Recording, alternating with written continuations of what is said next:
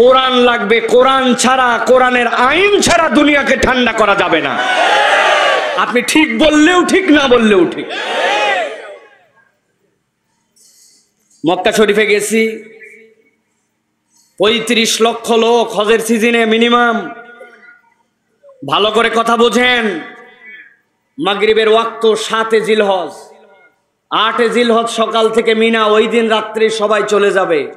দুনিয়ার যত হাজির সবাই মক্কায় হাজির 7 জিলহজে। মাগরিবের আগে মনে হচ্ছে হারামের আশপাশ, আর কোন রকম ভাবে এই মানুষকে ঠান্ডা করার, থামানোর মতো কোনো উপায় নাই। সাদা কালো, লম্বা চওড়া, ছোট বড়, আবাল বৃদ্ধ বনিতা, বাংলা ইংরেজি, পৃথিবীর বিভিন্ন ভাষাভাষী, কে কি কোন দিকে যায়, হই হই অবস্থা। 35 লক্ষ লোক। মাগরিবের সময় আজান হয়েছে, মুয়াজ্জিন আজান দিছে, আল্লাহু আকবার, আল্লাহু আকবার। 5 মিনিটে আজান শেষ, 2-3 মিনিটের ব্রেক। এরপরে সাথে সাথে মুয়াজ্জিন ইকামত দিতে শুরু করছে। আজান যখন শেষ হয়েছে, আরো মানুষ বেকার, কারো ওযু হয়েছে, কারো ওযু নাই, কে কাতার ধরবে, কে কোন জায়গায় যাবে, পাগল। এরপরে ইকামত হয়ে গেছে, কদ কামাতিস সালাহ, কদ কামাতিস সালাহ, আল্লাহু আকবার, আল্লাহু আকবার, লা ইলাহা ইল্লাল্লাহ। এই যে মুয়াজ্জিন সাহেবের ইকামত শেষ, ইমাম সাহেব আল্লাহু আকবার, মুকাব্বির আছে অনেক লোক, আল্লাহু আকবার। ইমাম সাহেব দাঁড়াইছে, আব্দুর রহমান সুদাইস, মাহের শাইখ যিনি আসেন, আসার পরে দেখবেন সাথে সাথে তেলাওয়াত শুরু করছে, আলহামদুলিল্লাহি রাব্বিল আলামিন, আর রহমানির রহিম, মালিক ইয়াউমিদ্দিন, ইয়াকা না'বুদু ওয়া ইয়াকা নাস্তাঈন। এই পড়তে পড়তে সূরা ফাতিহা শেষ, সময় লাগছে 20 থেকে 25 সেকেন্ড। আজান শুরু হয়েছিল আর সূরা ফাতিহার শেষ পর্যন্ত আসতে এর মধ্যে 5 থেকে 6 মিনিট। 35 লক্ষ লোক। এই আজানের পরে আল্লাহু আকবারের ধ্বনির পরে সূরা ফাতিহা পড়া শেষ, মনে হচ্ছে আর হেরেমের আশপাশে কোনো কিচ্ছু নাই, সব চুপ করে গেছে। যেই কোরআনের আহ্বান দিয়া, আল্লাহু আকবারের ধ্বনি দিয়ে 35 লক্ষ লোককে 5 মিনিটে ঠান্ডা করা যায়, ওই কোরআন যদি এই বাংলাদেশ সহ পুরা পৃথিবীতে প্রতিষ্ঠিত হয়, বেশি দিন লাগবে না, 1 থেকে 5 বছরের মধ্যে পুরা দুনিয়াকে ঠান্ডা বানানো সম্ভব। বিশ্বাস করেন? স্বীকার করেন? এইটা তার প্রমাণ। এইটা এই মাহফিল তার প্রমাণ। কোরআন জীবন্ত মুজিজা। শুনছেন না এই ডায়লগ? আপনারা শুনছেন না? কেমনে কোরআন জীবন্ত মুজিজা? একদিন রাত্রেবেলা আপনি কোরআন পড়তে নিয়েছিলেন, নেওয়ার পরে কোরআনটা রেখে দিয়ে, ভুল করে টেবিলের উপর রেখে দিয়ে চলে গেছেন। সকালবেলা উঠে দেখে, আরে সুবহানাল্লাহ, কোরআন যে জায়গায় আলমারির উপর রাখি, কোরআন নড়তে চড়তে আলমারির উপর যায় উপস্থিত। তাই তো নাকি? তাই কোরআন এই জন্য জীবন্ত মুজিজা নয়। কোরআন জীবন্ত মুজিজা তার বাণীতে, তার হুকুমে, তার আহকামে। এটা হচ্ছে তার অন্যতম প্রমাণ। হাজার হাজার লোক আছে, কোন রকম গ্রাম পুলিশ, পাড়া পুলিশ, আর্মি, র্যাব, বিডিআর, স্বেচ্ছাসেবক কিচ্ছু লাগে না, এরা কোরআন শোনার জন্য পাগল হয়ে আসে। ঠিক কিনা? এটাই জীবন্ত মুজিজা। আপনি বসে আছেন, এটাই মুজিজা। আপনার পেটে ক্ষুধা আছে কিন্তু তারপরে ওঠে না। ঠিক কিনা? প্রিয় ভাইয়েরা, সুতরাং যারা এই জায়গায় আসছি, আমরা মনে করব না যে এই সময়টা আমাদের নষ্ট হয়ে গেল, এই সময়টা আমাদের মনে হয় কাজ দিবে না। এই সময়টা এত কাজ দিবে, এই সময়টা এত মূল্যবান হবে যে আল্লাহর নবী একটা অদ্ভুত কথা বলে গেছেন। যখন মানুষ জান্নাতের ভিতরে যাবে, যাওয়ার পরে তার আর কোন রকম তার চাহিদা যা অপ্রাপ্তি কিচ্ছু থাকবে না। ঠিক তো? ঠিক তো? মা লাইনুন রাআত ওয়ালা উযনুন সামিআত ওয়ালা খাতারা আলা কলবি বাশার। কিন্তু নবীজি বলছেন একটা আফসোস জান্নাতীদের থাকবে। কি আশ্চর্য কথা! সব পাবে, তারপরে আবার আফসোস। এক জান্নাতি আরেক জান্নাতিকে বলবে, জান্নাতি ভাই, একই জান্নাতে 2 জন আছি, একই বিল্ডিং এ 5টা ফ্ল্যাট, কিন্তু 5টা ফ্ল্যাটের টাইলস একরকম নয়, 5টা ফ্ল্যাটের প্রত্যেকটার বাথরুমের ডেকোরেশন একরকম নয়। আপনি লাগাইছেন বাংলা টাইলস, আরেকজন লাগাইছে কানাডার টাইলস, আরেকজন ইটালিয়ান টাইলস। আছে না ভাই? তুমি এত জান্নাতে মর্যাদা পাইলে, তুমি কেমনে কি? বলে আমার কিচ্ছু নয়, আমি কেবলমাত্র কোরআনের দর্শে মাজালিসুজ জিকিরে আল্লাহ রসুলের আলোচনায় বেশি সময় দিয়েছিলাম। আল্লাহর ওই জিকিরের মাহফিলের কারণে আমাকে আল্লাহ মর্যাদা দিছে। সুবহানাল্লাহ। ওই সময় জান্নাতে আফসোস করবি, ইস আমি যদি আরেকটু থাকতাম। শয়তান যে ইঞ্জেকশন দিছিল, দাঁড়ায় থাক। সাইফুল্লাহ ভাই কদ্দুর কি শুরু করে ভাব চক্কর বুঝে চলে যাব, বসার দরকার নাই। আছে না ভাই? আছে প্রিয় ভাইয়েরা। সুতরাং আমরা কোরআনের জন্য এখানে আসছি, নিশ্চয় এই কোরআন আমাদেরকে ফায়দা দিবে ইনশাআল্লাহ। এবার জিজ্ঞাসা করতে চাই আপনাদের কাছে, কোরআন শুনলে লাভ আছে না নাই? কথা বলতে হবে ভাই, লাভ আছে না নাই? কম না বেশি? এই পিছন থেকে বলেন, বুঝে না বুঝে? বুঝে না বুঝে? এখন যদি একজনকে দাঁড় করানো হয়, কোরআন শুনলে লাভও আছে বললেন, বুঝেও আছে, কিন্তু কি লাভ আছে ভাই একটু বলেন তো? বলবে এটা হুজুর জানে, আমাদের জানার দরকার নেই। আছে না ভাই? ভালো করে খেয়াল করেন, যেই কোরআনুল কারীম শুনতে আসলাম, ওই কোরআন শুনলে কি লাভ? ওই কোরআন আপনাকে আমাকে কি দিবে? আমার আল্লাহ রাব্বুল আমিন তাবৎ পৃথিবীর মানুষের জন্য বলছেন, হে নবী আপনি তো আছেন এখন, কিন্তু আপনি দুনিয়ায় থাকবেন না, আপনার ইন্তেকাল হয়ে যাবে, কিন্তু আপনার পরে কোনো পয়গম্বর আসবে না। আপনার এই উম্মতের জন্য কিয়ামত পর্যন্ত আপনি জানায় রাখেন, কোরআন যদি শুনে তাদের কি লাভ হবে? আল্লাহ রাব্বুল আমিন আয়াতে কারিমা নাযিল করলেন, ইয়া আইয়ুহান নাস ক্বাদ জাআতকুম মাউইযাতুম মির রাব্বিকুম ওয়া শিফাউল লিমা ফিস সুদূর। আমার আল্লাহ রাব্বুল আমিন বললেন, নবী আপনি বলে দেন, ক্বাদ জাআতকুম মাউইযাতুম মির রাব্বিকুম, রবের পক্ষ থেকে তোমাদের কাছে একটা প্রেসক্রিপশন আসছে। একটা ডাক্তার যদি আপনি দেখাতে যান, ডাক্তার দেখার পরে আপনার প্রেসক্রিপশন যদি আপনাকে করে দেয়, প্রেসক্রিপশনে মিনিমাম 3টা বিষয় আপনি জানতে পান। কোন ওষুধ খেতে হবে, ওষুধের পাওয়ারটা কত, পাশে লেখা থাকে 20 mg না 100 mg না 400 mg। এরপরে লেখা থাকে ওষুধটা আপনি সকালে রাত্রে দুপুরে কখন খাবেন, খাওয়ার আগে খাবেন না পরে খাবেন, আপনার জন্য প্রেসক্রিপশনে লেখা থাকে যেরকম। আমার আল্লাহ বলছেন, ও দুনিয়ার মানুষ জেনে রাখো, কত জাআতকুম মাউইযাতুম মির রাব্বিকুম, আল্লাহর পক্ষ থেকে যে কোরআন তোমাদের কাছে আসলো, এই কোরআন তোমাদের জন্য মাউইযা, এই কোরআন তোমাদের জন্য প্রেসক্রিপশন।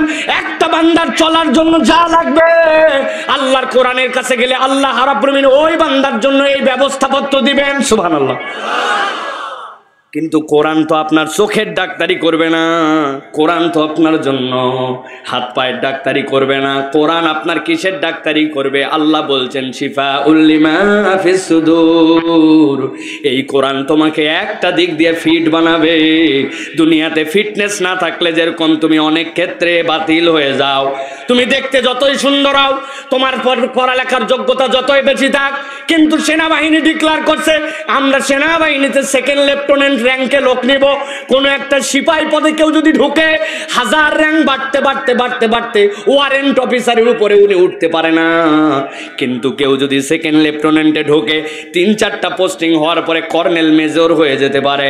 রিকোয়ারমেন্ট দিয়েছে সেনাবাহিনীর পক্ষ থেকে, 1 নম্বর 5 ফিট 6 ইঞ্চি লম্বা হওয়া লাগবে, ইন্টারমিডিয়েট সেকেন্ড ডিভিশন হওয়া লাগবে, থানা থেকে কোনো ফৌজদারি কেস কামারি থাকা চলবে না, এইগুলা থেকে আপনার ক্লিয়ার হওয়া লাগবে। আর যদি আপনি শারীরিকভাবে সক্ষম হন, আবেদন করেন। আপনার গ্রামের একটা ছেলে দেখছে আমি ইন্টারমিডিয়েটে কেবল পাস নয়, ফার্স্ট ডিভিশন উভয়টাতে A+ আছে, চাইছে 5 ফিট 6 ইঞ্চি লম্বা, আমি তো বেটা 6 ফিট লম্বা। চাইছে যে এলাকার মধ্যে থেকে কোনো ফৌজদারি মামলা আছে নাকি তার ব্যাপারে, তার তো নাই, তার বাপ দাদারও নাই ফৌজদারি কেস। সাথে সাথে আবেদন জমা দিয়ে দিছে, কাগজপত্র পাঠাইছে, অমুক দিন ঢাকা ক্যান্টনমেন্টে যাবেন।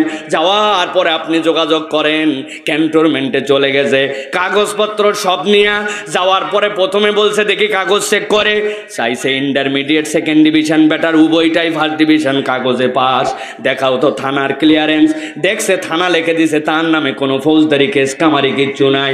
এরপরে বলে বেটা হাইট মাপ লাগাও, বেটা তো 6 ইঞ্চি, চাইছে 5 ফিট 5, ওই জায়গায় মাপ দেওয়া আছে 5 ফিট 6-এর। ওরে বলছে তুই এত লম্বা, নিচ দিয়ে যা।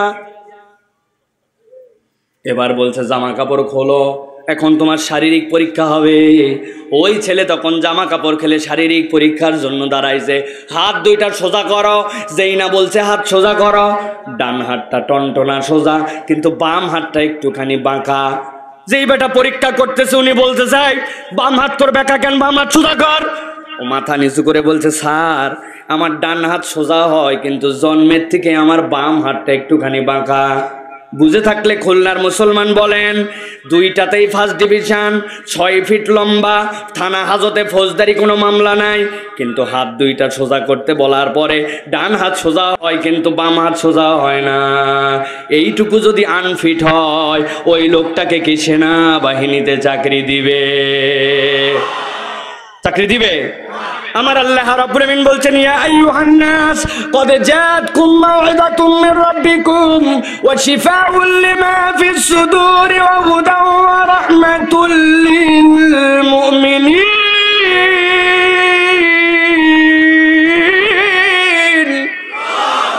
এই দুনিয়ার মানুষ, তোমাকে জান্নাতে যাওয়ার জন্য প্রেসক্রিপশন দেওয়া হলো, তবে যেমন তেমন জন্য নয়। এই কোরআন তোমাকে জান্নাতে যাওয়ার জন্য ফিট বানাবে। তোমার অন্তর যদি বিশুদ্ধ না হয়, তুমি দুনিয়াতে যত বড় হুজুর হয়ে ঘোরো, যত বড় পারদর্শী দেখাও, যত বছর টানা ক্ষমতায় থাকো, ভোটেই থাকো আর না ভোটেই থাকো, কোনো কিছু নয়। আমার নবী বলছেন ভালো করে বুঝে নাও, ভালো করে বুঝে নাও। এই তোমার যে অন্তরটা আছে, ওই অন্তরটা যদি তোমার বিশুদ্ধ না হয় তোমার কোনো দাম নাই। আর তোমার যদি অন্তর ঠিক হয়ে যায়, চোখে একটু কম দেখো, চেহারাটা অত ভালো না, এলাকার লোক তোমাকে সালাম কখনো দেয় না, স্টেজে তুমি চেয়ারে বসতে পারো নাই, মাটির মধ্যে বসে আসো, কেউ মাহফিলে আছে তোমার খোঁজ খবরটা পর্যন্ত নেয় নাই, কিচ্ছু যায় আসে না। তুমি যদি কোরআনের রঙে ফিট হয়ে যাও, আল্লাহ রব্বুল আলামিন জান্নাতে যাওয়ার জন্য এই কোরআন তোমাকে দিয়েছেন। সুবহানাল্লাহ। আল্লাহ এরপরে বলছেন সাথে সাথে তোমার জন্য হুদা, এই কোরআন হচ্ছে তোমার জন্য আলো। এই কোরআন তোমাকে আলো দিবে, গাইড করবে। এই কোরআন তোমাকে পথ দেখাবে। কেমন দেখাবে? আপনি উঠছেন মহারাস্তার উপরে, মহাসড়কে, আপনার এখান থেকে প্রথমে যাবেন দিঘলিয়া থেকে খুলনা ঢাকা মহাসড়ক। মহাসড়কে যাওয়ার পরে কখনো দেখছেন কিনা খেয়াল করে দেখেন তো, রাস্তা যখন এরকম বাঁকা হয়ে গেছে, ড্রাইভারের জন্য সিগন্যাল দেওয়া আছে, এরকম করে অ্যারো চিহ্ন, অ্যারো চিহ্ন, অ্যারো চিহ্ন। রাস্তার যে আপনার হেডলাইট পরে সাথে সাথে অ্যারো চিহ্নটা জ্বলে ওঠে। সামনে যাওয়ার পরে স্পিড ব্রেকার আছে, দেওয়ার পরে উঁচু চিহ্ন দেওয়া আছে। আপনি যদি এইটাকে পার করে ডাইরেক্ট চলে যান, আপনার গাড়ি দুর্ঘটনায় পতিত হবে, দূর থেকে সাবধান হন। এই জন্য আপনার স্পিড ব্রেকারের চিহ্ন দেওয়া থাকে।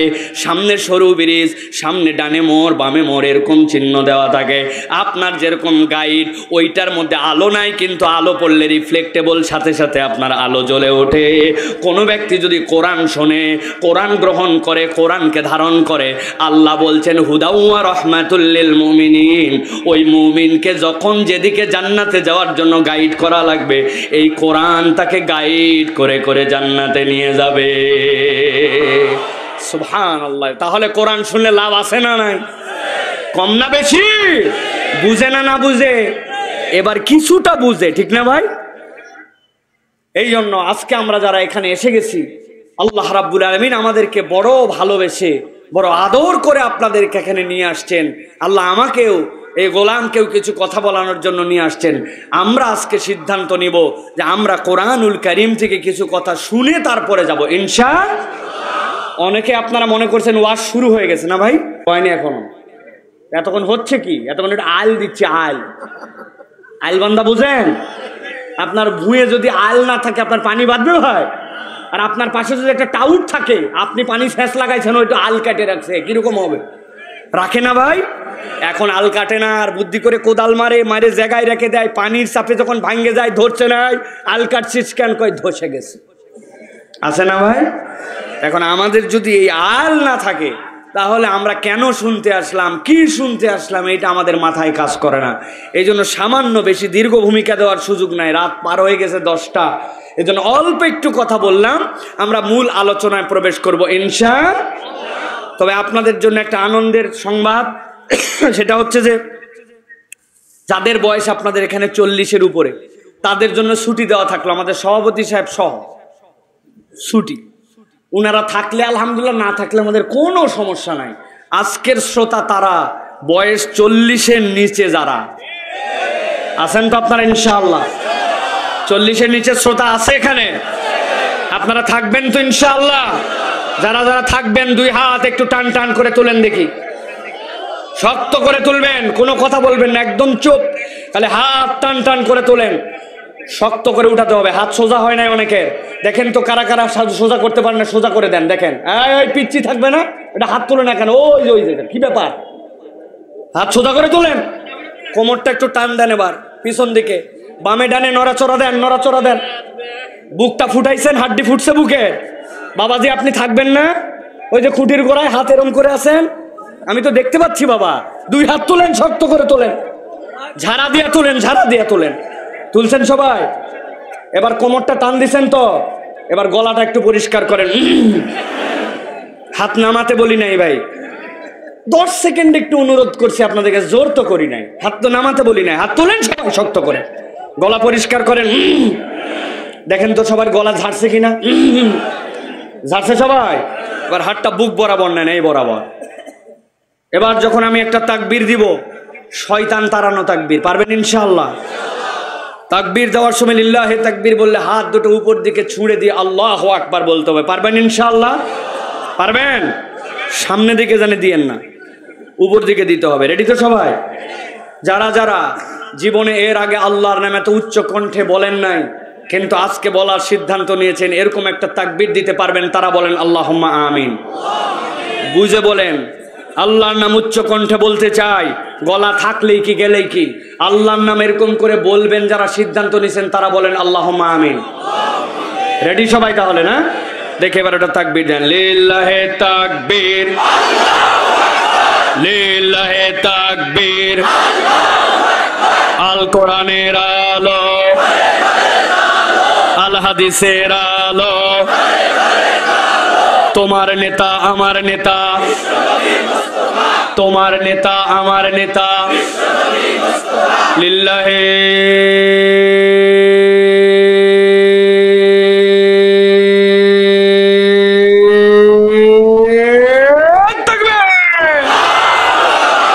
আলহামদুলিল্লাহ বল, আলহামদুলিল্লাহ। শয়তান আছে আর, যে কয়টা একটু মনে মনে ভাবতেছিল থাকি কি যাই কি, এগুলো সব চলে গেছে, ঠিক না? আল্লাহ আমাদেরকে কবুল করবেন, আল্লাহুম্মা আমিন।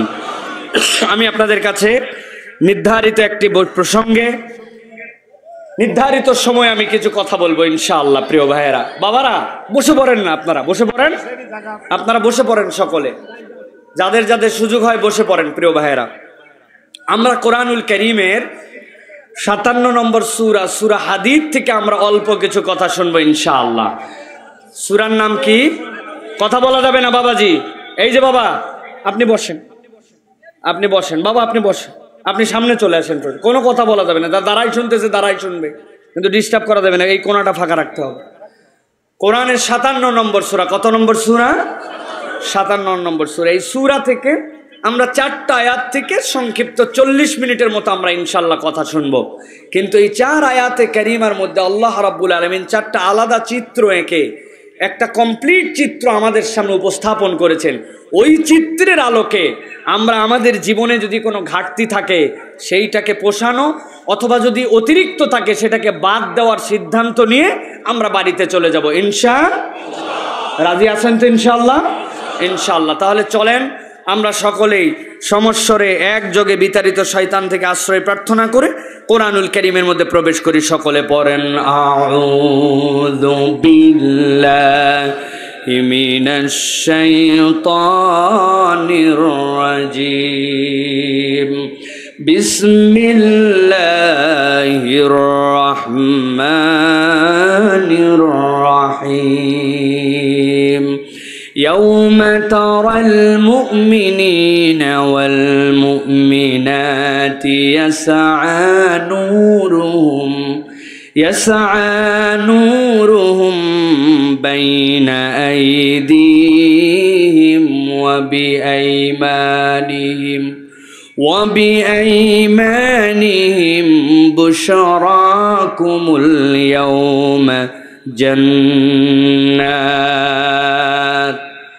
আমার আল্লাহ রাব্বুল আলামিন নবীজি সাল্লাল্লাহু আলাইহি সাল্লামকে বলছেন, ও আমার হাবিব, আপনার উম্মতের কাছে এই বার্তাটা দিয়ে রাখেন, আপনার উম্মতকে জানায় দিয়ে রাখেন, যখন আপনার প্রতি প্রথম ওহী নাজিল হলো, ওহী নাজিল হওয়ার পরে যখন বলা হলো ওয়ানজির আশিরাতাকাল আকরাবিন, আপনি আপনার নিকট আত্মীয়র মধ্যে দাওয়াতের কার্যক্রম শুরু করেন। এরপরে যখন দাওয়াতকে জেনারেল বানায় দেওয়া হলো, মক্কায় আপনি 40 বছর ছিলেন, কিন্তু 40 বছরে আপনি যা যা দেখেন নাই, আপনাকে 2 বছরে ওই মানুষগুলো তাই দেখাইছে মক্কাতে।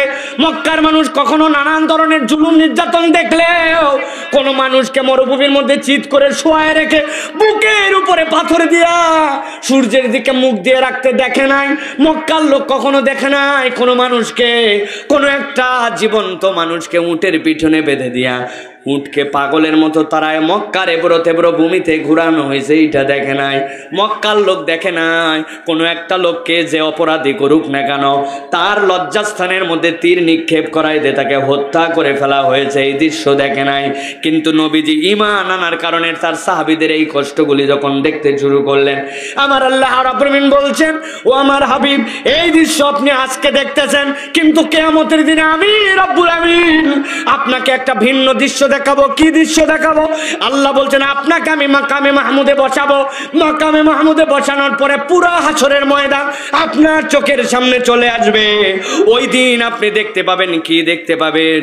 আল্লাহ বলছেন, ইয়াউমা তারাল মুমিনিনা ওয়াল মুমিনাতি ইয়াসআ নূরুহুম বাইনা আইদিহিম ওয়া বিআইমানিহিম। আপনি ওই দিন দেখতে পাবেন ইমানদার পুরুষ আর ইমানদার নারী যতগুলো আছে হাসরের ময়দানের সবগুলোর মধ্যে আল্লাহ রাব্বুল আমিন 2টা নিয়ামত দান করে দিবেন। তাদের সামনে থেকে আর তাদের ডান থেকে আল্লাহ আলো দান করে দিবেন। ওই আলোটা এমন ভাবে রব্বুল আমিন দিবেন, এক উপত্যকা থেকে আরেক উপত্যকা পর্যন্ত ওই আলো পার হয়ে যাবে তার। আর যেই না ইমানদারদেরকে আপনি দেখবেন তাদের কপাল থেকে আর ডান থেকে আলো পাইছে, সাথে সাথে আল্লাহ রাব্বুল আমিন ফেরেশতা একদল পাঠাবেন। আসার পরে তারা বলতে শুরু করবে তাদেরকে, সালামুন কওলাম মির রব্বির রাহিম, রাহিম রবের পক্ষ থেকে তোমাদের জন্য সালাম। আরো বান্দারা, আল্লাহ তোমাদের জন্য 3টা নিয়ামতের ঘোষণা দিয়েছেন। আল্লাহ বলছেন, বুশরাকুমুল ইয়াউম, আজকের দিনে তোমাদের জন্য শুভ সংবাদ, জান্নাতুন তাজরি মিন তাহতিহাল আনহার, তোমাদের জন্য এমন একটা জান্নাত যেই জান্নাতের পায়ের নিচ দিয়ে নহরমালা প্রবাহিত। দুনিয়ায় মাটির উপর দিয়ে চলেছিলে, সাঁতার কেটেছিলে, অথবা ব্রিজ কালভার্টের উপর দিয়ে গিয়েছিলে, আসমানে গেলে হয়তো বা কোনো প্লেন বা হেলিকপ্টারে আশ্রয় নিয়েছিলে, কিন্তু আজকের দিনে তোমাদের পায়ের নিচ দিয়ে আল্লাহ রাব্বুল আমিন এত নহরমালা প্রবাহিত করবেন, ওই নহরের উপর দিয়ে তুমি ঘুরবে ফিরবে, কিন্তু ওর মধ্যে ডুববেও না, চুববেও না। রব্বুল আমিন তোমার জন্য এই নিয়ামত আজকে দিয়েছেন। আল্লাহ এরপরে বলছেন, তাদেরকে বলে দাও, খালিদিনা ফিহা যালিকা হুয়াল ফাউজুল আযীম।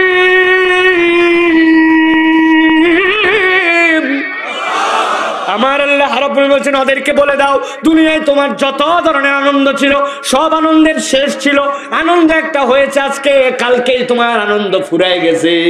যৌবনকালে কত দাপট ছিল, ওই মানুষটাই যৌবনকালে বলতো হাড্ডি ছাড়া গোস্ত আমি পছন্দ করি না, বৃদ্ধকালে যাওয়ার পরে শুধু গোস্ত ওই ব্যক্তি চিবাতে পারে না। তার আনন্দ এক সময় ছিল, শেষ হয়ে গেছে। কিন্তু আল্লাহ বলছেন, জানায় দাও, যাদের সামনে থেকে আলো আর ডান থেকে আলো, খালিদিনা ফিহা, এই জান্নাতে একবার যদি ঢুকে আর কখনো বের করা হবে না। আর একটা আমি রবের পক্ষ থেকে তাদেরকে সার্টিফিকেট দিয়ে দাও। কি সার্টিফিকেট দিবে? দুনিয়ায় তোমার আগে মানুষের জমিতে কাজ করতে, নিজে এখন একটু জমিওয়ালা হয়েছে, 2টা ছেলে ইউনিভার্সিটিতে চান্স পাইছে, একটা ছেলে প্রবাসে চলে গেছে, আগে বাড়ি ঘর ছিল টিনের ভাঙ্গাচোরা, এখন ছাদ ঢালাই দিয়েছে, চিন্তা করছে আমি সফল। কিন্তু আল্লাহ বলছেন, জানায় দাও, কেউ যদি সামনে থেকে আলো পায়, ডান থেকে আলো পায়, আর ওই ব্যক্তিকে জান্নাতের ঘোষণা দিয়ে দেওয়া হয়, আর কখনো বের করা হবে না, এটা জানায় দেওয়া হয়। আমি রব্বুল আমিন জানায় রাখলাম, যালিকা হুয়াল ফাউজুল আযীম, এই দলটাই হচ্ছে হাসরের দিনে চূড়ান্ত সফল। 1 নম্বর আয়াত আমার শেষ, 4টা আয়াত বলবো বলেছি, ভালো করে খেয়াল করেন। 1 নম্বর আয়াতের চিত্র মাথার মধ্যে ঢুকায় রেখে দেন। কিয়ামতের ময়দানে নবীজিকে দেখানো হচ্ছে হাসরের ময়দানে ইমানদারদের সামনে থেকে আর ডান থেকে আলো, জান্নাতে যাওয়ার ঘোষণা পেল, আর কখনো বের করা হবে না, চূড়ান্ত সফল বলে দেওয়া হলো। এটা হচ্ছে গ্রুপ নম্বর 1, 1 নম্বর চিত্র। এবার আল্লাহ বলছেন দ্বিতীয় আরেকটা চিত্র, দ্বিতীয় আরেকটা আয়াতে এবার রসুল আপনার কাছে বার্তাটা পৌঁছানো হচ্ছে। আল্লাহ নবীর প্রতি আয়াতে কারিমা অবতীর্ণ হলো, যেই ময়দানের মধ্যে ইমানদাররা আলো পেল, যেই ময়দানের মধ্যে ইমানদাররা ঘোষণা নিয়ে জান্নাতের দিকে দৌড়া হলো, আলোর বন্যা ইমানদারদের, ঠিক একই ময়দানে আল্লাহ বলছেন এবার দ্বিতীয় একটা চিত্র। নবীজি খেয়াল করেন, আল্লাহ রাব্বুল আলামিন আয়াতে কারিমা অবতীর্ণ করলেন, ইয়াউমা ইয়াকুলুল মুনাফিকুনা ওয়াল মুনাফিকাতু লিল্লাযীনা আমানু উনজুরুনা নাকতাবিস মিন নূরিকুম কিলা ইরজিউ ওয়ারাকুম ফালতামিসু নূরা।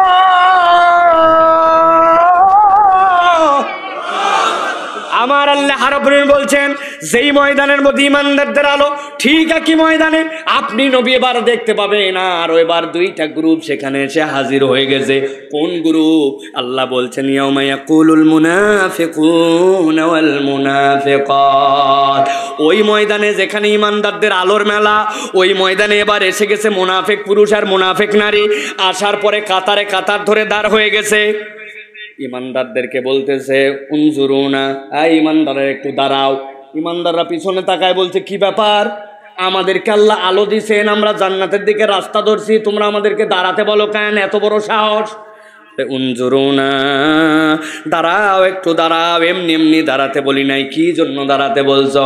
বলে নাকতাবিস মিন নূরিকুম, আজকে তোমাদের আলো আর আলো, কারোবার সামনে থেকে আলো, কারোবার ডান থেকে আলো। যে ইমানদারের আলো একবারে কম, তারও বৃদ্ধাঙ্গুলির মাথা দিয়ে নবীজি বলছেন আলো বের হবে। ওই আলো কখনো জ্বলে আবার কখনো বন্ধ হয়ে যায়, কিন্তু ওই আলোটাই এত পাওয়ারফুল যে ওই বৃদ্ধাঙ্গুলির আলো দিয়ে সে তার জান্নাত খুঁজে নিবে। সুবহানাল্লাহ। ওই জায়গাতে মুনাফিকরা বলছে একটু দাঁড়াও, এত আলো তোমাদের থেকে একটু আমাদের আলো লাগবে। কেননা আমাদের তো কোনো আলো নাই। কেন আলো নাই? বলে আল্লাহ আমাদেরকে আজকে মুনাফিকের দপ্তরে তুলছেন। মুনাফিক কাদেরকে বলে চেনেন নাকি ভাই? ছোট্ট একটু সংজ্ঞা বলে দেই, সারা জীবন মনে রেখে দিবেন। ভিতরে ভিতরে ইসলাম পছন্দ করে না, ভিতরে ভিতরে আল্লাহর আইন, আল্লাহর পক্ষের লোকদেরকে ভালো লাগে না, কোরআন সুন্নাহর সব বিধিবিধান তাদের মনোভূত না, কিন্তু উপরে উপরে মুসলমানদের সাথে তাল গোলে মেশা লাগে, চলা লাগে, এরাই হচ্ছে মুনাফিক। আছে না? দাওয়াত দিছেন মাহফিলের, ভাই আমাদের মাহফিল অমুক তারিখে কিছু সহযোগিতা করেন, পকেটেতে 500 টাকা হয়তো বের করে দিয়ে দিছে। দেওয়ার পরে আপনি চিন্তা করছেন বাপরে বাপ, চাইতে দেরি দিতে দেরি না। আপনি যেই না চলে আসছেন উনি সাথে সাথে হ্যালো লাগাইছে, এত সভা, এত তাফসির, এত মাহফিল কিসের রে? এটা কোন দলের এজেন্ডা বাস্তবায়ন করবে? খোঁজ খবর নিয়ে সুযোগ থাকলে একটু বন্ধ করার চেষ্টা করেন তো। এদিকে দেয় 500, ওদিকে দেয় বন্ধ করার পায়, তারা আছে কিনা? এইগুলা মুনাফিক। কে ভয় পাচ্ছেন আপনারা ভাই?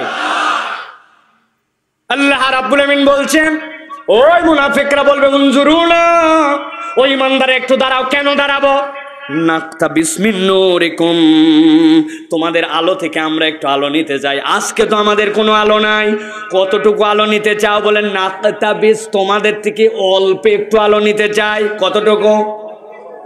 ইক্তেবাসের ব্যাখ্যা করছেন মুফাসসির। ইক্তেবাস কাকে বলা হয়?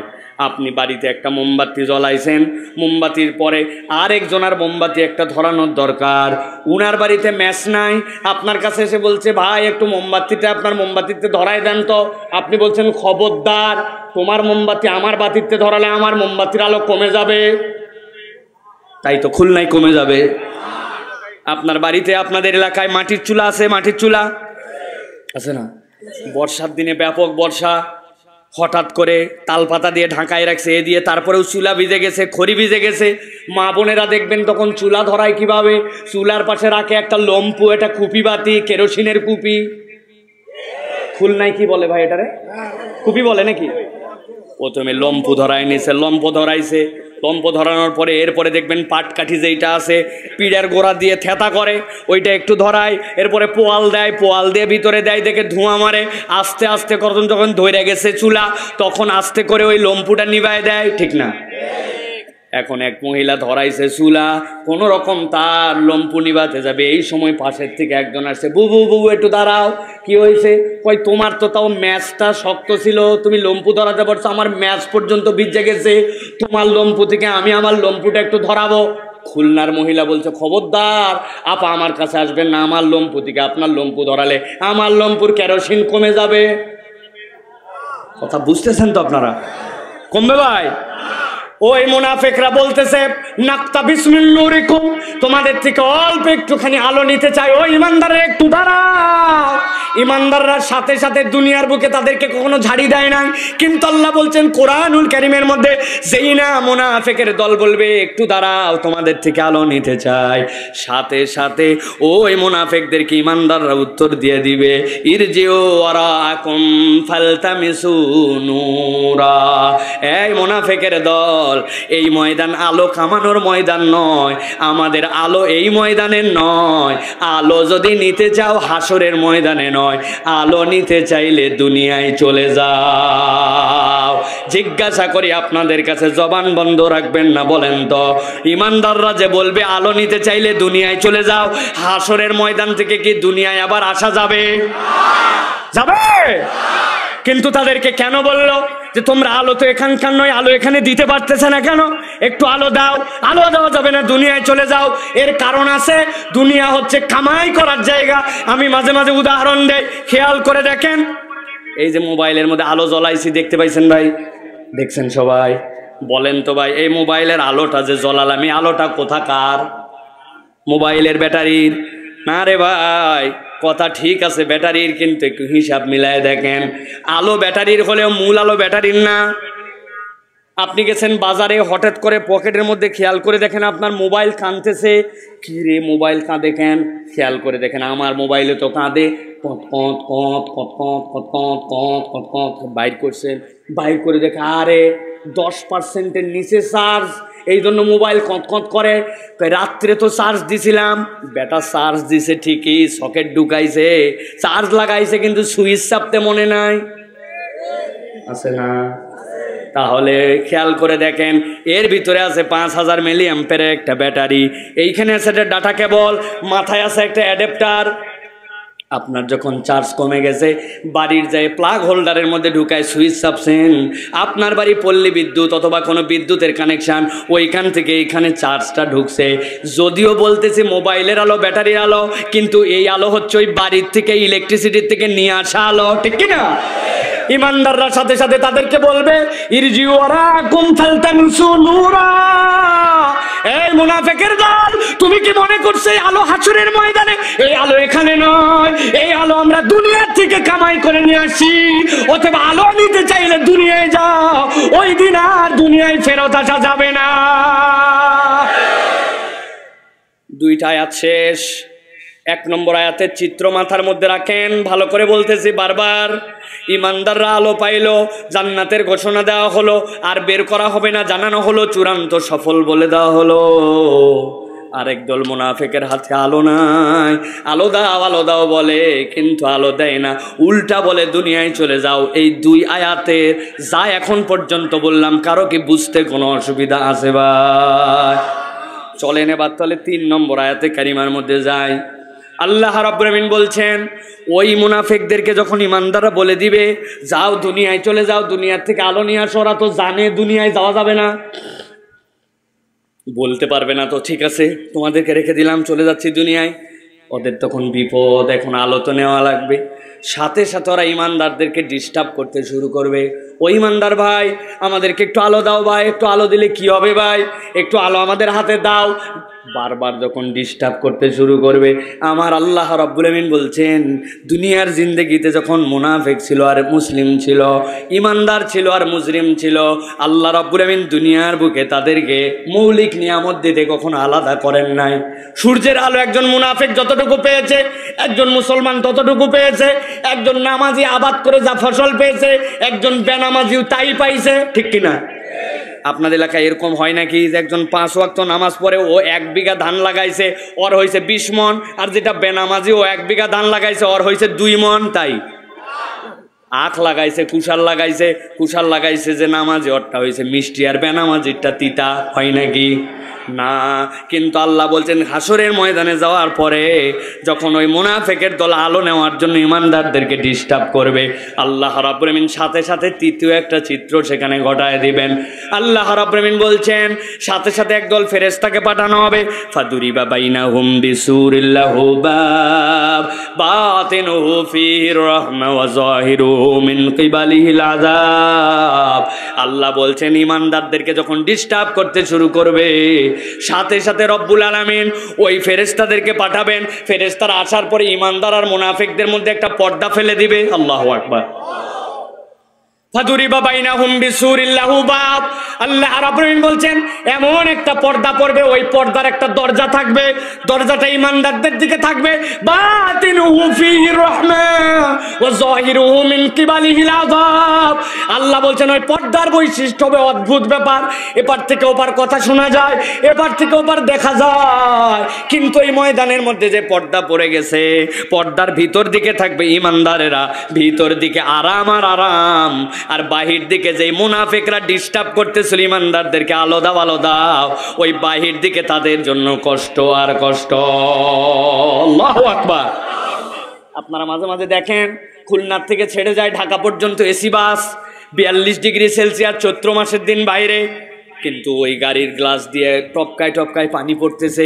রাত্রেবেলা ওই সোহাগ পরিবহন, ইগল পরিবহন, গ্রিন লাইন, স্ক্যানিয়া, ওর ভিতরে উঠছে বাহিরের মানুষ, এ জলে গাছে খালি গায়ে থাকতে পারে না, আর ভিতরে বাসের মধ্যে খানিকক্ষণ পরে কন্ট্রাক্টরকে ডাক দিয়ে বলে এটা কম্বল দে, আসে না ভাই? আল্লাহ বলতেছেন একটা পর্দা মাত্র পড়ে গেছে, ভিতর দিকে ইমানদারদের আরাম, আর বাহির দিকে ওই মুনাফিকদের জন্য কষ্ট আর কষ্ট। আল্লাহ বলছেন এই তিন অবস্থা যখন শেষ হবে, পর্দা যখন দিয়ে দেওয়া হবে, মুনাফিকদের যখন কষ্ট, এবার চতুর্থ অবস্থাটা আল্লাহ রাব্বুল আমিন সেখানে দেখাবেন। 4 নম্বর অবস্থা কি হবে? যেই না মুনাফিকদেরকে আলো দেওয়া হলো না, উল্টা প্রবলেম করার জন্য, ডিস্টার্ব করার জন্য মধ্যে দিয়ে পর্দা পড়ে গেল, সাথে সাথে ওই জায়গাতে যত মুনাফিক পুরুষ আর নারী আছে কাতার দিয়ে সবগুলা পর্দার সামনে দাঁড়াতে শুরু করবে। সবগুলা দাঁড়ানোর পরে রব্বুল আমিন বলছেন এবার সব মুনাফিকের দল চিৎকার করে ওই পর্দার সামনে দাঁড়ায়া একটা কথা কেবল ইমানদারদের দিকে তাকায় বলতে শুরু করবে। আমার আল্লাহ বলছেন সাথে সাথে মুনাফিকরা বলবে ইউনাদুনাহুম আলাম নাকুম মাআকুম। সব মুনাফিক দাঁড়াইছে, দাঁড়ানোর পরে ওই ইমানদারদেরকে বলতেছে ইমানদার তোমাদের ডানে আলো বামে আলো, তোমাদের আলোর কোনো শেষ নাই, আমরা একটু আলো তোমাদের কাছে চাইলাম, তোমরা উল্টা ঝাড়ি দিয়ে বললে দুনিয়ায় চলে যাও, দুনিয়ায় যাওয়া তো সম্ভব নয়, একটু বেশি প্রবলেম করলাম জন্য পর্দা পড়ে গেল, তোমরা ভিতরে আরামে আসো, এখানে আমাদের এত কষ্ট, এখন একটা কথা জিজ্ঞাসা করব, মেহেরবানি করে আমাদেরকে উত্তর দাও। তারা সব মুনাফিক বলবে আলাম নাকুম মাআকুম, ও আলোওয়ালারা জিজ্ঞাসা করি তোমাদের কাছে, আমরা আর তোমরা কি দুনিয়াতে একসাথেই ছিলাম না? আমাদেরকে কি ছিল না? একই এলাকার ভোটার, একই এলাকার বাসিন্দা, একই বাজারে বাজার করছি, আমাদেরকে কি চিনতে পারছো না? আলাম নাকুম মাআকুম, আমরা তোমরা কি একসাথে ছিলাম না? ইমানদাররা সাথে সাথে উত্তর দিবে। আল্লাহ বলছেন ক্বালু বালা, সব ইমানদার বলতে শুরু করবে মনে করছো কি? কি মনে করছো আমরা তোমাদেরকে চিনি না? না চিনি এরকম করতেছি? না না না, ক্বালু বালা, আমার আল্লাহ তোমাদেরকে তোমাদের বাপ দাদার 14 গোষ্ঠী সহ চিনাইছেন, তোমাদেরকে অবশ্যই চিনি, একসাথেই তো আমরা ছিলাম। আল্লাহু আকবার। গভীর মনোযোগ, ঠান্ডা মাথায় কল্পনার জগৎ খুলে দেন। এই জায়গায় কথাটা নাই, কিন্তু ভাবটা এরকম কিনা? তোমাদের আলো আছে, আমাদের আলো নাই, তোমাদের কাছে আলো চাইলাম, তোমরা আলো দিলে না, দুনিয়ায় যেতে বললে, দুনিয়ায় যাওয়া সম্ভব নয়, দুনিয়ায় যেহেতু যেতে পারছি না, ডিস্টার্ব বেশি করলাম, পর্দা পড়ে গেল, পর্দার ভিতরে তোমাদের জন্য আরাম, বাহিরে আমাদের জন্য কষ্ট, এই কষ্ট দেখে তোমাদের সামনে দাঁড়ায় জিজ্ঞাসা করলাম এই তোমরা আর আমরা কি দুনিয়ায় একসাথেই ছিলাম না? তোমরা বললে হ্যাঁ একসাথেই ছিলাম। তাহলে একটু আলো দিলে সমস্যা কোথায়? বুঝেন নাই? একসাথে যেহেতু ছিলাম, একটু আলো দিলে সমস্যা কোথায়? তাহলে মার আল্লাহ রাব্বুল আমিন এবার বলছেন, ও দুনিয়ার মানুষ, ওই হাসরের ময়দানে ইমানদাররা যখন বলবে তোমাদের সাথে আমরা একসাথেই ছিলাম, কিন্তু আলো তোমাদেরকে দিলাম না, দেওয়া যাচ্ছে না, আল্লাহ বলছেন ওই ইমানদারের মুখ দিয়ে এবার ওই মুনাফিকদেরকে আল্লাহ রাব্বুল আলামিন 4টা কারণ জানায় দিবেন। দুনিয়াতে এই 4 অপরাধের কারণে আজকের দিনে তোমরা আলো হারা। আল্লাহু আকবার। তাহলে দুনিয়াতে মুনাফিকদের অপরাধ ছিল কয়টা? কথা বলেন, কয়টা? হাত রেডি করেন, এরকম করে হাত রেডি করেন, আমি বলবো কয়টা, হাত বের করে দেখাতে হবে। মুনাফিকদের অপরাধ ছিল কয়টা? হাত সবাই বের করে নাই, নামান হাত, আবার একসাথে বের করেন। মুনাফিকদের অপরাধ ছিল কয়টা? ওই যে ছাটালা চাচা, গলায় মাফলার, বুকে হাত, কি ব্যাপার? ওই দাঁড়ায় আছে ওই জায়গায়। মুনাফিকদের অপরাধ ছিল কয়টা? মনে করতেছেন হুজুর বারবার এরকম করে বলাচ্ছে কেন? কারণ আছে ভাই। বাড়িতে আমাদের ওয়াজ বেশিরভাগ এখন আর যায় না, ঠিক না? ওয়াজ বাড়িতে যায়, বক্তা আসবে, আসার পরে কিছুক্ষণ হাসাবে, কিছুক্ষণ কাঁদাবে, কিছুক্ষণ কেউ বলবে মক্কার আজান দে, কেউ বলবে মদিনার আজান দে, কেউ 2টা গজল গান, এরপরে বাড়িতে যায় বলবে ফাটায় ফেলছে। এখন কেউ একজন জিজ্ঞাসা করছে কি ফাটালো, বলছে তা বলতে পারবো না, কিন্তু ফাটাইছে। তা আমরা আজকে ফাটাতে চাই না, আমরা একটু জোড়া লাগাতে চাই। এই জন্য জোড়ার জিনিসটা নিয়ে যেতে চাই বাড়িতে। রাজি আছেন তো ইনশাআল্লাহ? তাহলে মুনাফিকদের দুনিয়াতে অপরাধ ছিল কয়টা? জোরে বলেন, কয়টা? ভালো করে খেয়াল করেন। তার আগে 2টা প্রশ্ন করব, আপনাদের কাছে উত্তর দেন ঠান্ডা মাথায়।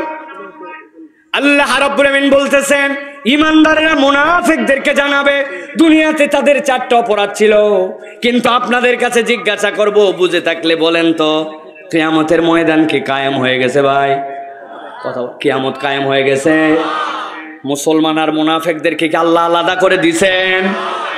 তাহলে একটু কল্পনা করে দেখেন, এখনো কিয়ামতের ময়দান হয় নাই, এখন পর্যন্ত মুনাফিক আর মুসলমানদেরকে আলাদা করা হয় নাই, কিন্তু আল্লাহ রাব্বুল আমিন তার আগেই বান্দাদেরকে কোরআন এই বার্তাটা দিয়েছেন, এই জন্য একটা বান্দা যেন মুনাফিকের আসামিতে কিয়ামতের দিনে গ্রেফতার না হয়, প্রত্যেকটা বান্দা যেন জান্নাতে যাওয়ার আলো পেয়ে যায়। এই জন্য রহমান রব আল্লাহ এই কোরআনে আগেই প্রশ্ন ফাঁস করে রেখেছে। আল্লাহ রাব্বুল আমিন বলছেন, এবার যখন মুনাফিকরা জিজ্ঞাসা করেছিল একসাথে আমরা ছিলাম কিনা, আল্লাহ বলছেন ইউনাদুনাহুম আলাম নাকুম মাকুম ক্বালু বালা ওয়ালাকিন্নাকুম ফাতানতুম আনফুসাকুম ওয়া তারাব্বাসতুম ওয়া রাতাবতুম ওয়া গাররাতকুমুল আমানি হাত্তা জাআ আমরুল্লাহ।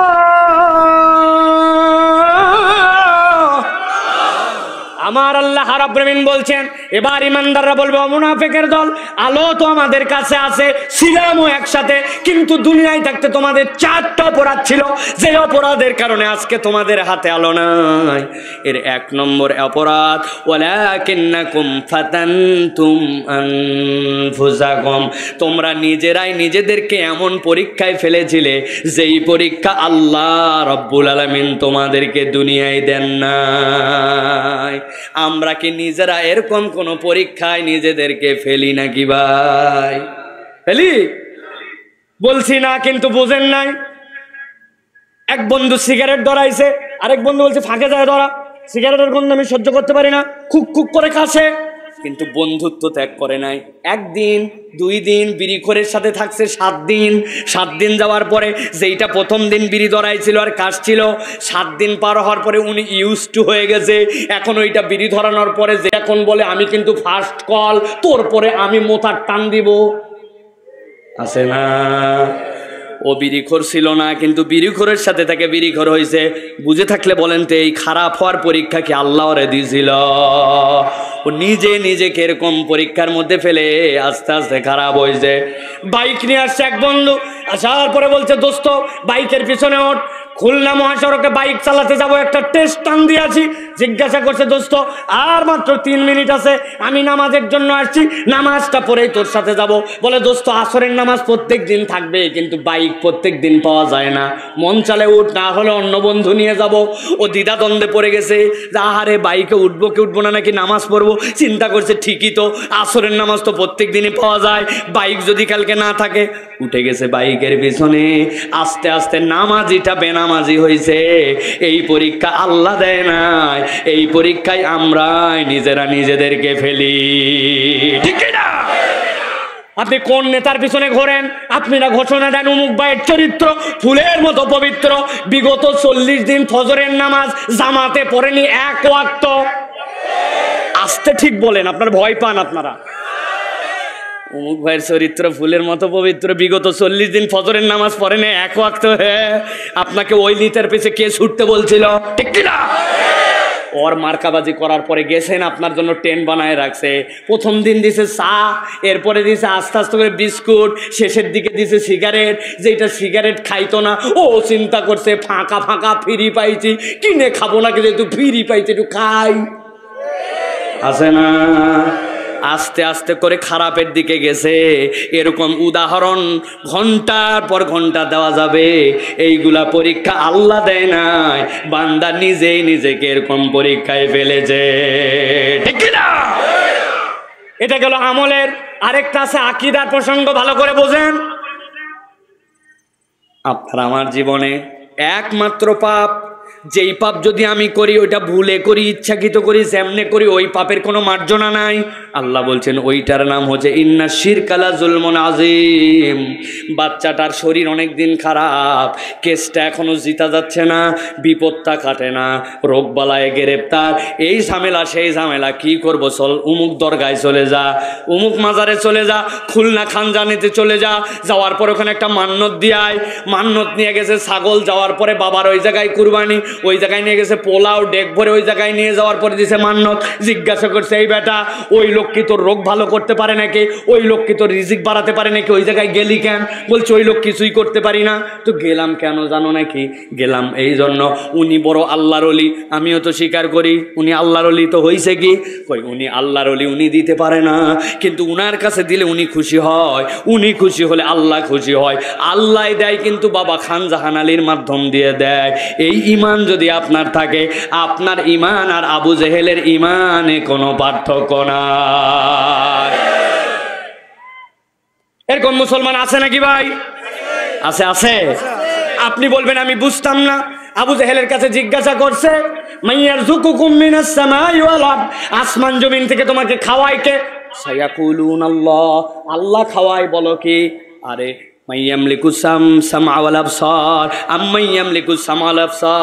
তোমার চোখ দিয়ে দেখায় কে, কান দিয়ে শোনায় কে? আবু জেহেল বলে আল্লাহ। তো তুমি লাত উজ্জা মানাতের কাছে কেন যাও? বলে লিয়াতাকাররাবুনা ইলাল্লাহি যুলফা, ও খাওয়ায় না, ও পড়ায় না, কিন্তু আল্লাহর বড় পয়গম্বর, আল্লাহর ফেরেশতার প্রতিকৃতি, বড় মাহবুব, প্রিয় আল্লাহর। ওর কাছে যদি একটা ছাগল মান্নত দেয়, ওকে যদি দুধ দিয়ে গোসল করায়, ওর ওই জায়গার থেকে যদি সুতা ছয় নিয়ে আসে হাতে বান্ধি, তাহলে ও খুশি হয়, ও খুশি হলে আল্লাহ খুশি হয়। আল্লাহ দেয়, কিন্তু লাচুজ্জা মানাতের মাধ্যমে দেয়। ওর বিশ্বাস ছিল এইটা, আর আপনার বিশ্বাস অমুক মাজার, তুমুক ফকির, তুমুক আউলিয়া, উনারা কিছু করতে পারে না, উনাকে দিলে উনি বড় আউলিয়া, ও আল্লাহ খুশি হয়। উনার মাজারে দিলে উনি আল্লাহ দেয়, কিন্তু উনার মাধ্যম দিয়ে দেয়। তাহলে উনার বিশ্বাস আর আবু জেহেলের বিশ্বাসে পার্থক্য নাই। দুনিয়াতে আপনি যত ভাব চক্কর নিয়ে চলেন না কেন, হাসরের দিনে এই ঈমান নিয়ে গেলে আপনার আর আবু জেহেলের হাসর নাসর একসাথে হবে। এখন বলবেন হুজুর আমি বুঝতাম না, আমাকে অমুক হুজুর ফাঁসায় দিছে, আমার কি দোষ? আমি মূর্খ মানুষ ছিলাম, এই অঞ্চলে আমি কিছুই বুঝি না। আল্লাহ বলবে ঠিক আছে, তাহলে ওই হুজুরকে ধরো, তাই তো নাকি? তাই বোঝেন নাই আপনি ভাই, ভালো করে মামলাটা বুঝে নেন। ইন্না শিরকা লাযুলমুন আযীম। আপনার এলাকার কোন একটা মূর্খ লোক, খুব কাশি হয়েছে, কাশতে কাশতে অবস্থা খারাপ, লোকজন বলছে তোর তো অবস্থা খারাপ, তুই তাড়াতাড়ি করে দিগলিয়ায় দেই মেডিকেল সেন্টার আছে, ওখানে যায় ডাক্তার দেখা। ডাক্তার দেখানোর পরে বলছে 3 দিনের জন্য ওষুধ দিচ্ছি, 2টা সিরাপ, একটা বড়ি, এইগুলা খাওয়ার পরে যদি না হয় খুলনা মেডিকেলে যাওয়া লাগবে। বলছে বাবা যেগুলো ওষুধ দিচ্ছে আমি কেমনে বুঝবো, আমি তো পড়ালেখা জানি না, নাম জানি না, 2 সিরাপ কখন কে খাবো। টেনশন করবেন না, ডিসপেন্সারিতে যাই বলবেন বুদ্ধি আছে। ডিসপেন্সারি আলা বোতলের গায়ের মধ্যে 1 টান 2 টান 3 টান দিছে, দিয়ে কোনা একটার খেতে দিছে, দিয়ে বলছে যেটার কোনা কাটা এটা খাবার পরে, আর যেটার কোনা কাটা না এটা খাবার আগে। 3 টান মানে 3 চামচ 3 বার, বুঝছেন কই সহজ। বাড়িতে নিয়ে চলে আসছে ওষুধ, রাত্রেবেলা 2 চামচ খাইছে, 2টার থেকে খাওয়ার পরে জালনার উপর রেখে দিয়েছে, রেখে দিয়ে শুইছে। সকালবেলা আবার কাশি উঠছে, ওষুধ খাবে উনি, কিন্তু এর আগে উনার ছেলে বড়টার সকালবেলা একটু মাঠের মধ্যে বেগুন লাগাইছিল আর সিম লাগাইছিল, ওইটার মধ্যে একটু বিষ দিছে, মাঝে মাঝে পোকা ডিস্টার্ব করে, ওই ইন্ডিল স্প্রে করে যেই জায়গায় রাখছিল সিরাপ, ওই সিরাপের পাশেই রাখছে ইন্ডিলের বোতল। সকালবেলা উনার যখন সিরাপ খাওয়া লাগবে তখন উনার বাড়িতে একটা ছোট বাচ্চা আছে, ওই বাচ্চারা বলছে মা একটু আমার ওষুধটা নিয়ে আই তো। ছোট বাচ্চা কথা শুনতে লাফ দিয়ে দৌড়ায় গেছে, আব্বা ওষুধ খেতে চাইছে, যাওয়ার পরে টপ করে দেখছে রাত্রে ঢালছে, ও ঢালছে 2 চামচ। আব্বা তো কাশতে কাশতে অবস্থা খারাপ, ইন্ডিলের একটা গন্ধ আছে, বিষের গন্ধ আছে, কিন্তু কাশির ঠেলায় ঢক করে মারার পরে বুঝছে 2 চামচ বিষ মেরে দিয়েছে। বুঝে থাকলে বলেন তো ভাই, 2 চামচ যদি ইন্ডিল ঢক করে ভিতরে মেরে দেয়, ওই লোক কি ভালো হবে না ক্ষতি হবে? কথা বলেন, ভালো হবে না ক্ষতি হবে? কিসের ক্ষতি হবে? আমরা সে অশিক্ষিত মানুষ, পড়ালেখা জানে না, ওষুধের নাম জানে না, মাসুম বাচ্চা এনে দিছে, নিয়ত সহি ছিল, নিয়ত সহি ছিল না, তারপরে কি ওষুধ ওই ইন্ডিলকে এইগুলা বুঝবে ভাই? বিষের কাজ বিষ করে ফেলবে। আমার আল্লাহ বলছেন ইন্না শিরকা লা যুলমুন আযীম। বান্দা তুমি তোমার রবের সাথে কোন হুজুরের কথায় কার পরামর্শে কেমনে তুমি শিরিক করছিলে, আল্লাহর কাছে এগুলো ধর্তব্যের মধ্যে থাকবে না। আল্লাহ এই জন্য বলছেন ওয়ালাকিন্নাকুম ফাতানতুম আনফুসাকুম, আল্লাহ তোমাকে এই পরীক্ষা দেন নাই, তুমি যদি নিজেই নিজেকে এই পরীক্ষায় ফেলো হাসরের দিনে তুমি আলো পাবে না। অতএব নিজের জীবন থেকে শিরিক মুক্ত ঈমান লাগবে। আর 2 নম্বর, কোনো বাজে মানুষ, বাজে বন্ধু যাদের সাথে মিশলে আপনি খারাপ দিকে যান, এদের সাথে চলাফেরা করা যাবে না, ঠিক না? যদি করি কি হবে? তাহলে আলো হারান লাগবে। আল্লাহ রাব্বুল আমিন বলছেন এটা হলো 1 নম্বর অপরাধ। এবার 2 নম্বর অপরাধ, আল্লাহ বলছেন তাদের 2 নম্বর অপরাধ ছিল তারাব্বাসতুম। ও ইমানদাররা একটু আলো দাও, আলো দিতে পারবো না, দুনিয়ায় যাও, দুনিয়ায় যাওয়া সম্ভব না, কিন্তু আলো চাই। আল্লাহ বলছেন ইমানদাররা এবার জানাবে তোমাদের 2 নম্বর অপরাধ ছিল তারাব্বাসতুম। তারাব্বাসতুম মানে দুনিয়ার বুকে তোমরা দীর্ঘসূত্রিতা করতে। কি করতে? দীর্ঘসূত্রিতা। দীর্ঘসূত্রিতা মানে ডিলে, আল্লাহর দিকে আসার জন্য অপেক্ষা করানো। একজন লোক বলছে ভাই নামাজে চলো, আপনি বলছেন ইনশাল্লাহ আগামীকালকে থেকে ধরবো। এই পার্টির লোক আছে কিনা ভাই? হুজুর একটা ধরে নিয়ে গেছে হাত ধরে, চলো নামাজে চলো। খানিক দূর গেছে, যাওয়ার পরে বলছে হুজুর আজকে কি বার? হুজুর জিজ্ঞাসা করছে তোক নিয়ে যাচ্ছে আসরের নামাজ পড়তে, তুই বার জিজ্ঞাসা করিস কেন? কয় হুজুর একটু বলেন না আজকে কি বার? কয় আজকে বুধবার। বয় হুজুর আল্লাহর কিরা করে বলতেছি বৃহস্পতিবার, জুম্মার দিন থেকে আমি নামাজ ধরে ফেলবো। কি রে তোর মঙ্গলবার গেল কোথায়, বুধবার গেল কোথায়, শুক্রবার পর্যন্ত তুই ঠেললি কেন? এইরকম ঠেলছে, এই ঠেলা ঠেলি চলতেই থাকে, জুম্মার পরে জুম্মা কিন্তু নামাজ পড়ে না। এইরকম আল্লাহর দিকে আসে না, অপেক্ষা করায়, এরকম বান্দা আছে কিনা? কথা বলেন আছে? আগামী রমজান থেকে ভালো হয়ে যাব। একবার যদি হজে যাই, হজের থেকে আসার পরে দেখেন আমি কেমন হুজুর হয়ে যাই। এর আগ পর্যন্ত দোকানে ফাঁকি মারে, অন্যায় উল্টাপাল্টা কাজ করে, কিন্তু আল্লাহকে ভূগোল বুঝ দেয়, আমি আসবনি, আমি ধরবনি, আমি ভালো হবনি, এইরকম করে অপেক্ষা আর অপেক্ষা করে। এইটা হচ্ছে তারাব্বাসতুম, আল্লাহর দিকে আসতে অপেক্ষা করা। এই অপরাধে যদি কেউ অপরাধী হয়, হাসরের ময়দানে সে আলো হারা হয়ে যাবে। নাউযুবিল্লাহ। ভাই আপনার মুখের দাড়িটা রেখে দেন। ওই হুজুর এখনো ছোট মেয়ের বিয়ে দিতে পারি না। ছোট মেয়ের বিয়ের সাথে আপনার দাড়ি কিভাবে রিলেটেড হলো? আল্লাহ নবী বললেন, আপনি দাড়ি ছাড়েন, আপনি গোঁফ ছোট করেন, আপনি দাড়ি রাখেন না। আল্লাহ নবী আপনাকে বললেন, টাকনুর নিচ থেকে কাপড় উঠাও, মাস ফালামিনাল কাবাইনি দাড়ি ফিন্নার। আপনি অপেক্ষার পর অপেক্ষা করছেন যে তুলবনি, বাদ দিবনি, নতুন প্যান্ট বানালে ধরবনি, লোকজন কি বলবে, আনস্মার্ট লাগে, নানানভাবে এই ধরনের কথাবার্তা বলে বলে নিজেরা আল্লাহর দিকে আসতে দেরি করে। জবান থেকে বলেন, আমাদের মধ্যে এরকম অপরাধ আছে কিনা ভাই? আছে কিনা? ঠেলে আর ঠেলে আল্লাহ বলছেন এটা বড় খারাপ অভ্যাস। ও তার অভ্যাস আল্লাহর দিকে আসতে তুমি যদি দেরি করো, হাসরের ময়দানে এইটা তোমার আলো হারানোর কারণ হতে পারে। আজকের থেকে সিদ্ধান্ত নিতে হবে। এই জন্য শুনলাম আর মানলাম, অপেক্ষা করানো কখনো উম্মতে মুহাম্মাদির অভ্যাস হতে পারে না, ঠিক কি না? ইহুদিদের অভ্যাস এইটা।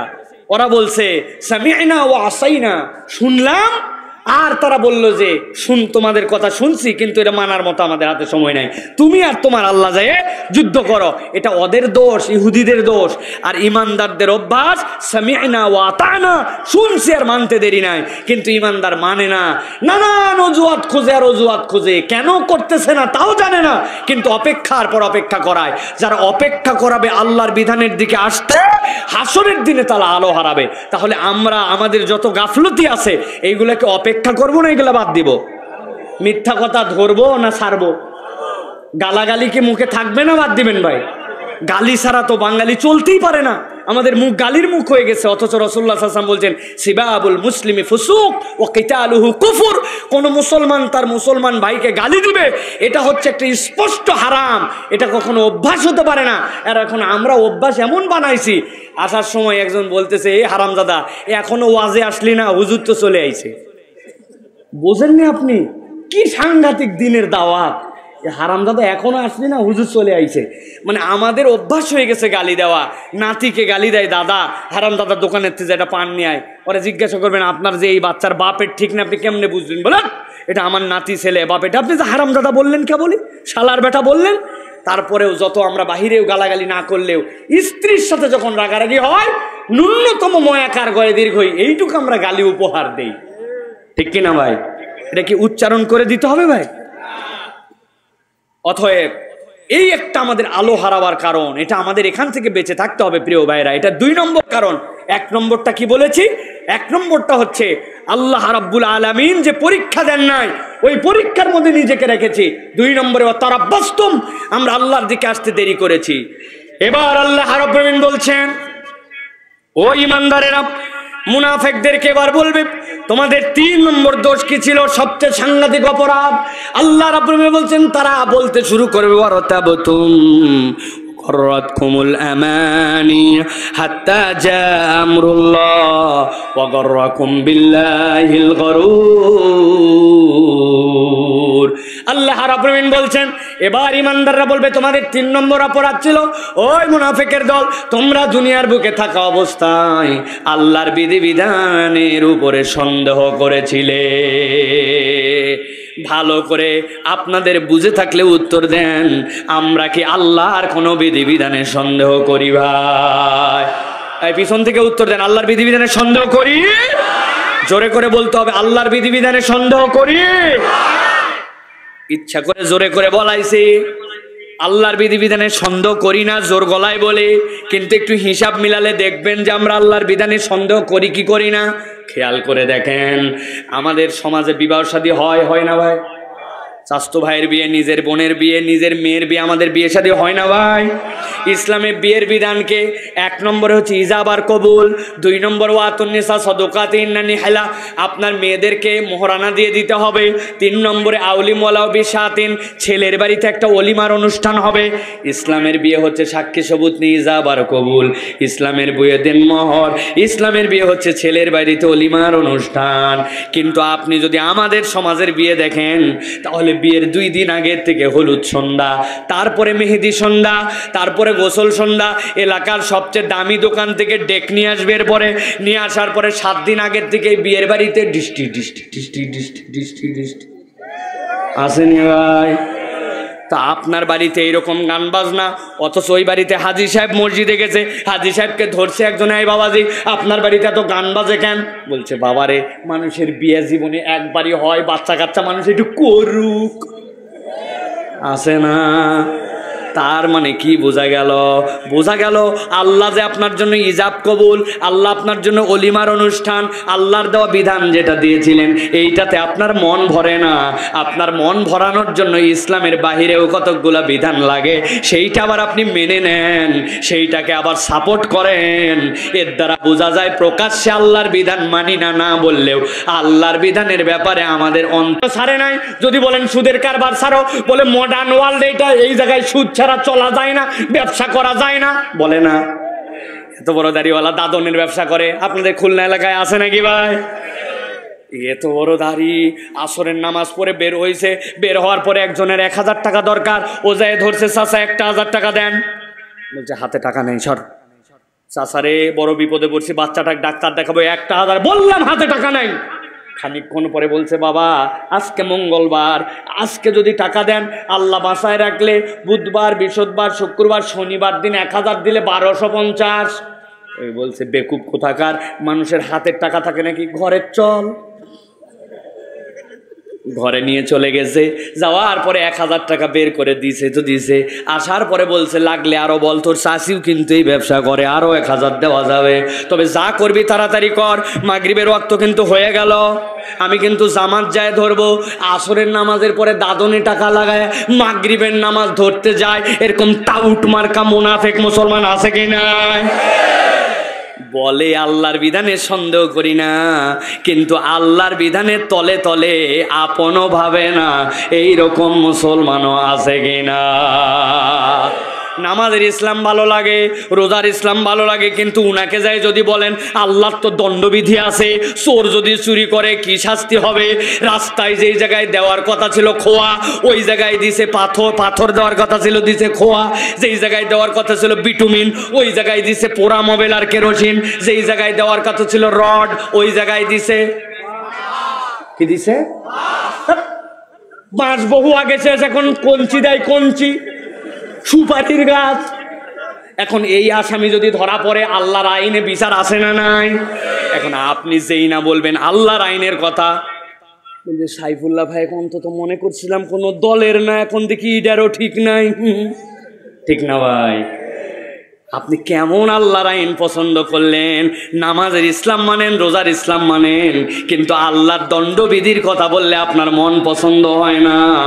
আপনি উপরে উপরে যতই স্বীকার করেন, আসলে আপনি ভিতরে ভিতরে মুনাফিক হয়ে আছে, ঠিক কিনা? এই জন্য আল্লাহ রাব্বুল আলামিন বলেছেন ওয়ারে তাবতুম, তোমরা আল্লাহর বিধানের সন্দেহ করো নাকি?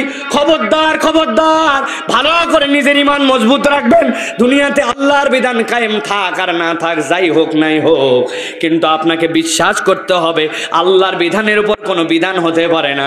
এইটা স্বীকার করে যে মুসলমান, আর এইটা স্বীকার করে না যে হয় সে কাফের, না হয় মুনাফিক।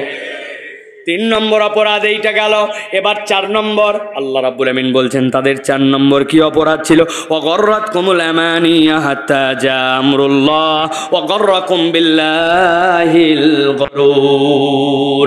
আল্লাহ বলছেন তাদের 4 নম্বর অপরাধ ছিল দুনিয়ার বুকে তারা মরিচিকার মধ্যে শয়তানের ধোঁকায় এমনভাবে পড়েছিল, আল্লাহ রাব্বুল আমিনকে ভুলে গেছে। আল্লাহকে কেবল ভুলেই নাই, ওরা আল্লাহর বিধিবিধানকে নিয়ে এরকম চিন্তা করত যে এই জামানায় আল্লাহর বিধান মানা সম্ভব নাকি? আরে আগেকার জামানায় পর্দা পুশিদা করা যাইতো, এখন আমি যে দামি একটা জামা কিনছি, মহিলারা ওয়াজ শুনতেছে 3000 4000 টাকা আমার জামার দাম, এর উপর যদি আবার ওই একই খালি কালো বোরকা পরি তাহলে আবার হলো নাকি? এটা ওই সমাজে চলতো, এই সমাজে চলে না। এখনকার সমাজে লম্বা দাড়ি রেখে দিলে মানুষ বলে মোল্লা মুন্সি। আগেকার জামানায় চলতো, এখনকার সমাজে ক্লিন শেপটাই বেশি ভালো। আগেকার সমাজে জাকাত ভিত্তিক অর্থনীতি ছিল, এখন সেইটার বাস্তবায়নযোগ্য নয়। নানান অজুহাত দিয়ে আল্লাহর আইনের মধ্যে সে প্রবলেম খোঁজে, কিন্তু আল্লাহ বলছেন ওয়াগররাকুম বিল্লাহিল গরুর। ওই ব্যক্তিদের অন্তরে শয়তান এমনভাবে প্রতারণা ঢুকাই যে আল্লাহকে ভুলে গেছে। আসলে সমস্যা আল্লাহর বিধানে নয়, ওই ব্যক্তির অন্তর আর চোখে, ঠিক কিনা? একটা উদাহরণ দিয়ে আলোচনা শেষ করব, ভালো করে মুখস্থ রাখবেন, সারা জীবন অন্তরের মধ্যে গেঁথে রাখবেন। ছোটবেলায় আপনাদের এলাকায় আছে কিনা, আমাদের এলাকায় ছিল বেলুনওয়ালা বাঁশিওয়ালা। আপনাদের আছে ভাই? বাঁশের মাথার মধ্যে পোয়াল লাগায়, লাগানোর মধ্যে ঘূর্ণি ফুটায় রাখে, বেলুন বাঁশি বিভিন্ন বেলুন এগুলো বিক্রি করে, আসে না ভাই? বেলুনওয়ালা কেমনে বেলুন বিক্রি করে? সারাদিন যদি ফো ফো করে বাঁশি দেয় তাহলে তো মুশকিল। ও বুদ্ধি করে একটা বেলুনের থেকে বাঁশি বের করে বাঁশিটা উল্টায় দিছে, উল্টায় ঢুকায় সামনে বেলুন লাগাইছে, এবার দিছে ফু ফু ফু, এত বড় বেলুন ফুলে গেছে, এখন হাতের মধ্যে নিচে উল্টা দিক করে ধরছে। ধরার পরে যদি এটা হাওয়া ছেড়ে দেয় তখন আর ফু দিয়ে বাজান লাগে না, অটোমেটিক বাজে প। দেখছে এখনকার বাচ্চারা দেখো নাই, আজ থেকে 10-15 বছর আগে ওই বেলুনওয়ালাদের কাছে একটা চশমা কিনতে পাওয়া যেত, কাগজের ফ্রেম, সামনে লাল কালার, হলুদ কালার, নীল কালার, পিছনে একটা গার্ডার এলাস্টিক দেওয়া। দেখছেন আপনারা? 2 টাকা দিয়ে একটা চশমা আমি কিনছি ঈদের দিন, কেনার পরে চোখে লাগাইছি লাল রঙের চশমা। যেই না গার্ডার টান দিছি, টান দিয়ে উপরে তাকায় দেখি আসমান লাল, বাড়িতে এসে দেখি আব্বা লাল, তাকায় দেখি আম্মা লাল, ভাত লাল, পোলাও লাল। খানিকক্ষণ পরে লাল দেখার পরে যখন আমার লালের মজা শেষ, এরপরে চশমা আবার একটা কিনছে, এবার হলুদ 2 টাকা দিয়া। এবার যখন হলুদ চশমা আবার লাগাইছি, আসমানের দিকে তাকায় আসমান হলুদ, আম্মা হলুদ, আব্বা হলুদ, ভাত হলুদ, লবণ হলুদ, পোলাও হলুদ। দেখছেন আপনারা ভাই? জিজ্ঞাসা করবো, উত্তর দেন বুঝে থাকলে, আসলে কি আসমান লাল? ঘুমাই গেছেন ভাই আপনারা? আসমান কি লাল? আমার আব্বা কি হলুদ? আম্মা কি লাল? আম্মা আম্মার রঙে আছে, আব্বা আব্বার রঙে আছে। আসলে আমার চোখের চশমা লাল অথবা হলুদ। যারা বলবে আল্লাহর বিধান বাস্তবায়নযোগ্য নয়, তাদের জন্য বলে দেওয়ার কথা, আল্লাহ বলেছেন ইন্নাদ-দীনা ইনদাল্লাহিল ইসলাম, আল্লাহর বিধানে কোনো সমস্যা নাই। যারা আল্লাহর বিধানে সমস্যা খোঁজে তাদের সমস্যা চোখ আর অন্তরে, ঠিক কিনা? এই জন্য আল্লাহ রাব্বুল আলামিন বলছেন ওয়াগররাকুম বিল্লাহিল গরুর, আল্লাহ থেকে তাদেরকে এমন গাফেল বানাইছে যে এই অপেক্ষা করতে করতে হাত্তা যা আমরুল্লাহ, মৃত্যু চলে আসছে, মুনাফিকের জিন্দেগির থেকে বেরোতে পারে নাই। এখন বলতেছ একটুখানি অপেক্ষা করো, উনজুরুনা নাক্তাবিস মিন নূরিকুম, সরামিয়া ইরজু ওয়ারাকুম ফালতামিসু নূরা, দুনিয়ার থেকে যে আলো নিয়ে আসো, দুনিয়ার থেকে আলো নেওয়ার কোনো সুযোগ থাকবে? তাহলে এই 4 অপরাধ যদি আমাদের মধ্যে থাকে, তাহলে এই অপরাধ থেকে আমাদেরকে মুক্ত হতে হবে। রাজি আছেন ইনশাআল্লাহ? যারা, আমি কয়েকটা পুরস্কার নিয়ে আসছি আপনাদের জন্য।